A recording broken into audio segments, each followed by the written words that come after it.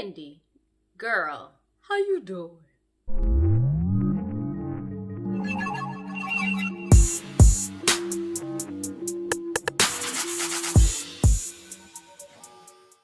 Hey, what's up, guys? It's your girl, allegedly A-lease, and I am here to give you my thoughts and my opinions on the Wendy Williams biopic from Lifetime. Before we get into it, please make sure that you subscribe and hit that notification bell so that you will be updated the moment that I upload a new video each and every week. Also, it would mean the world to me if you would give this video a thumbs up, and let's chat about it in the comment section.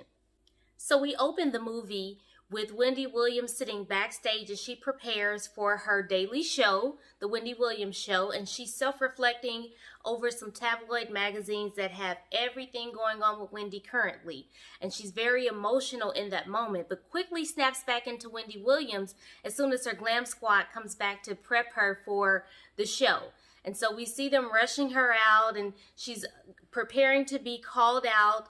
Welcome to the Wendy Williams Show, and now Wendy Williams. And we instantly snap back to 1975. So we're back in Ocean Township, New Jersey, and we quickly see where Wendy gets her directness from, her bluntness from.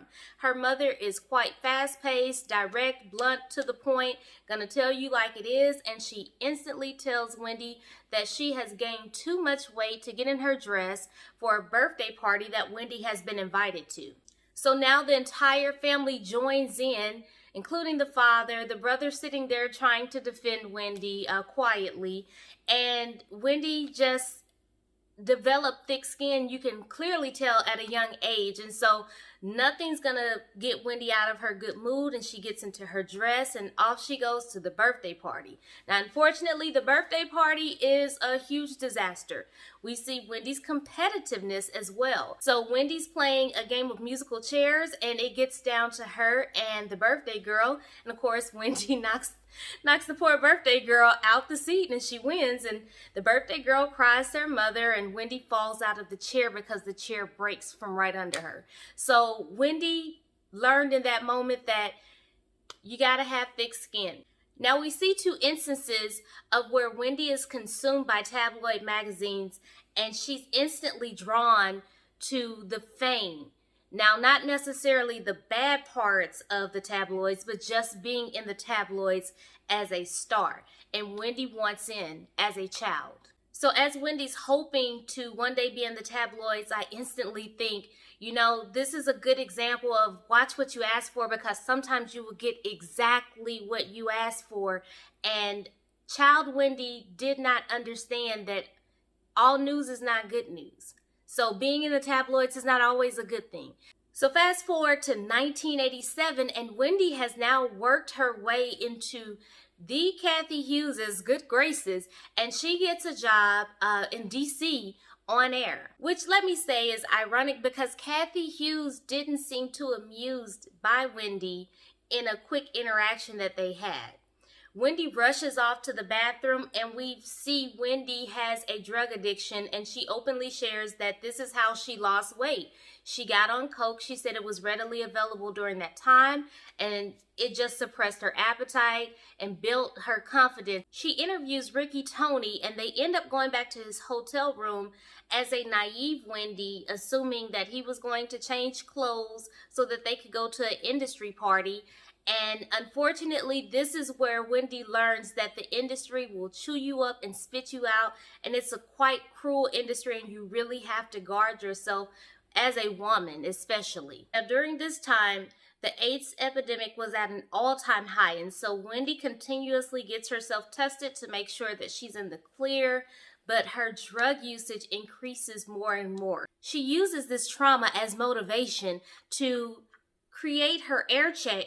Yes, I do have an air check still. I used to be a DJ. Every DJ keeps an air check. So this is basically a resume is what Wendy was creating. It's a sample of how she sounds on air and what she brings to the table as far as her talent and skills. And so she uses that trauma to create her air check tapes and get them out to larger markets.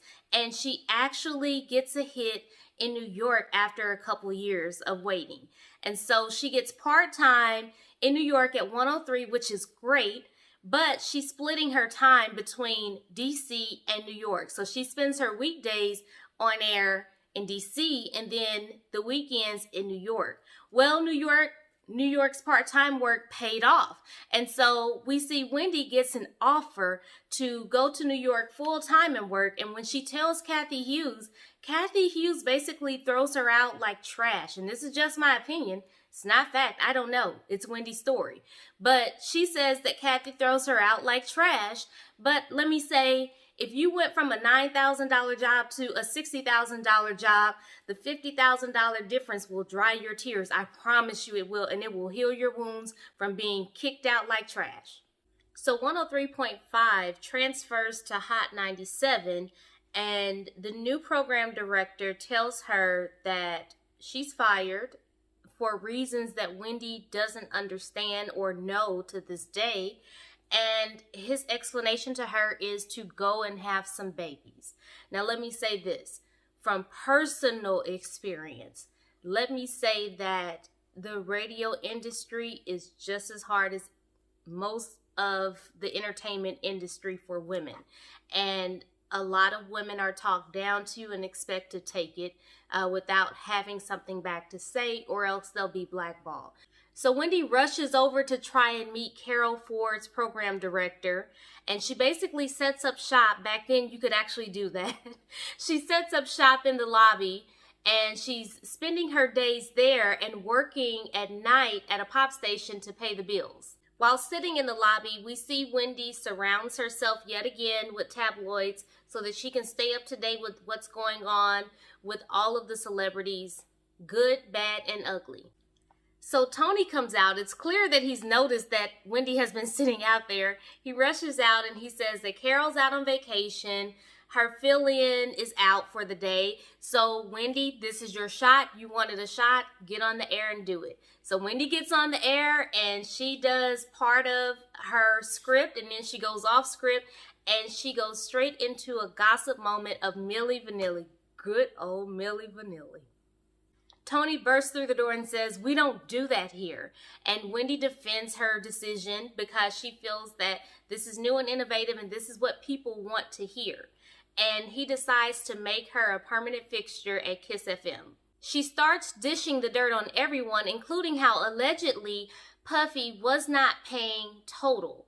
And so this takes her career to the next level, and she actually gets her first spotlight within a tabloid.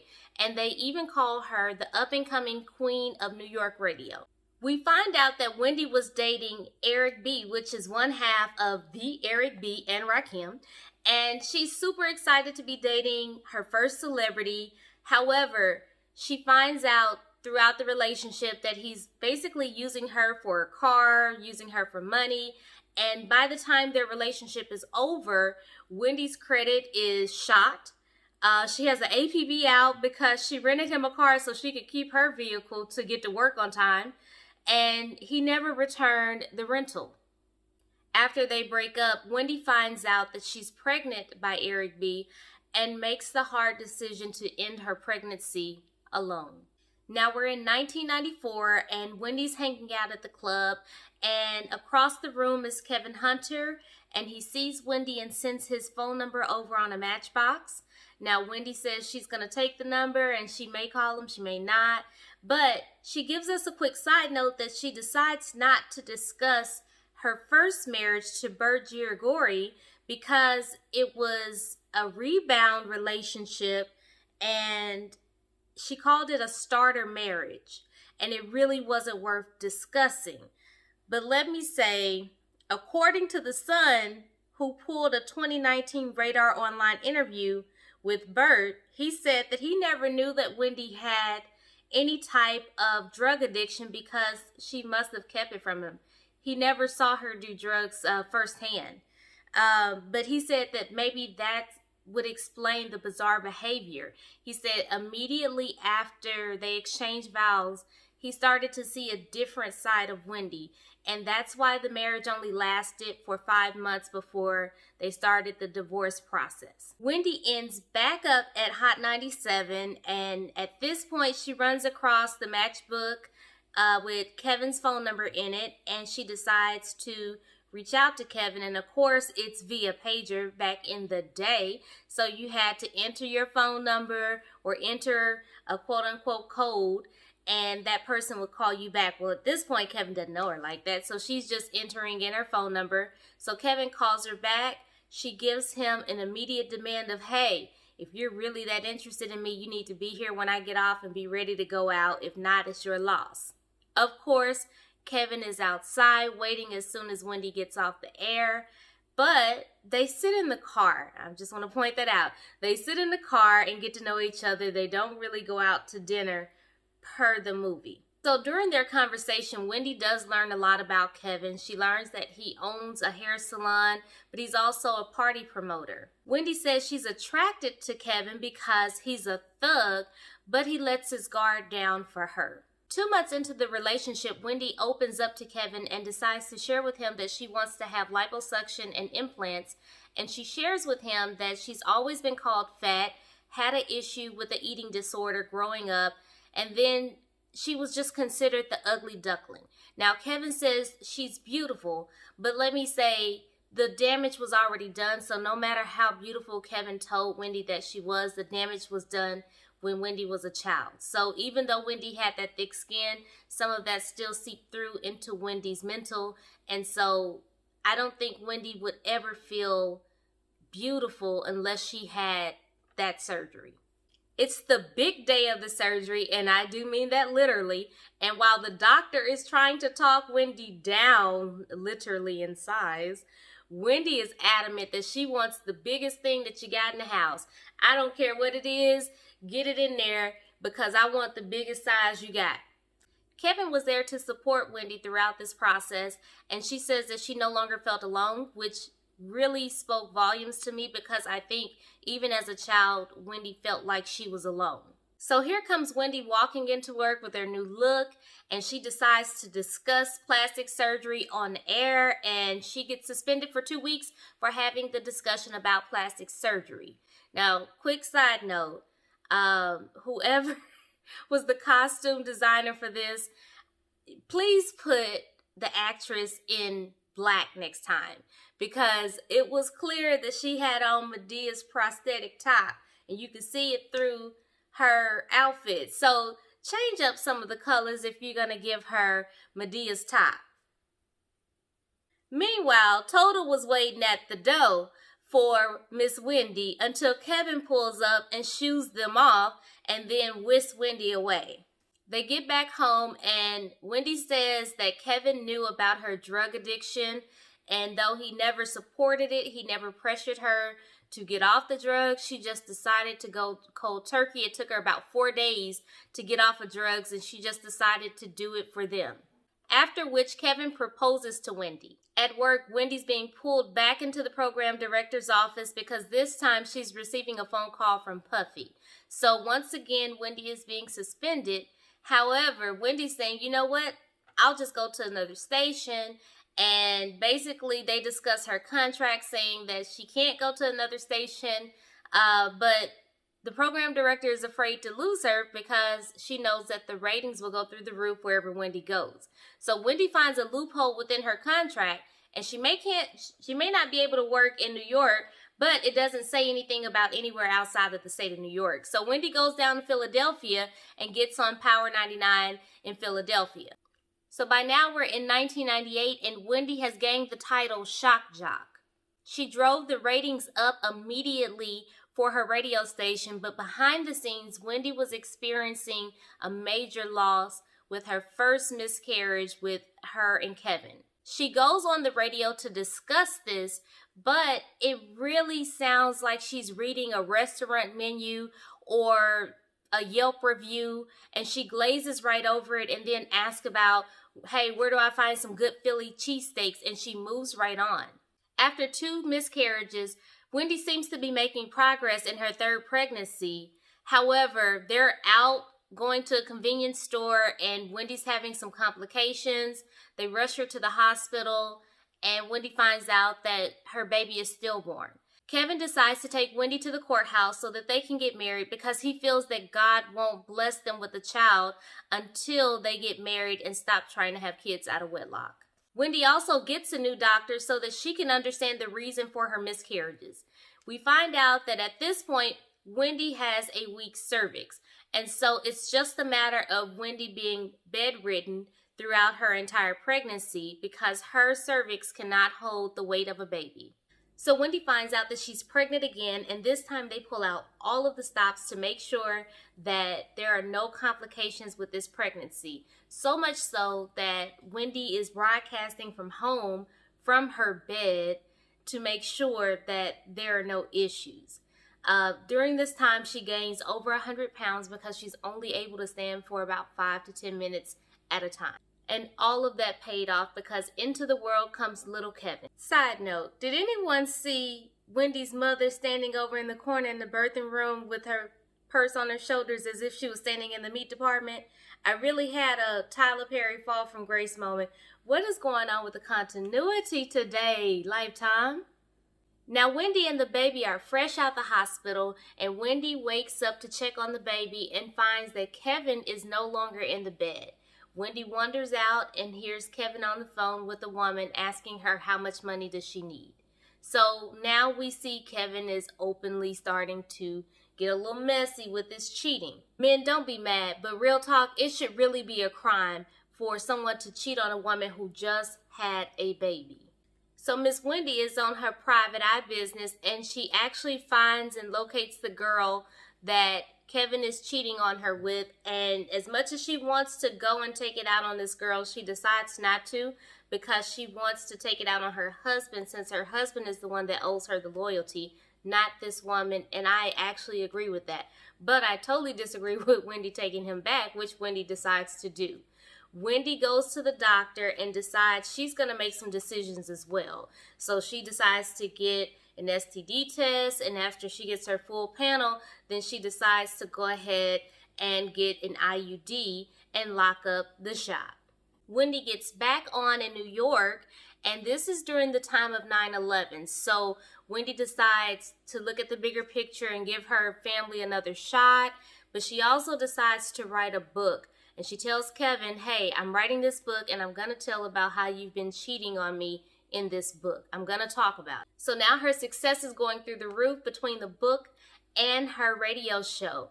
And so she gets to this point where you either love Wendy or you love to hate Wendy. One way or another, you're listening to Wendy at this point.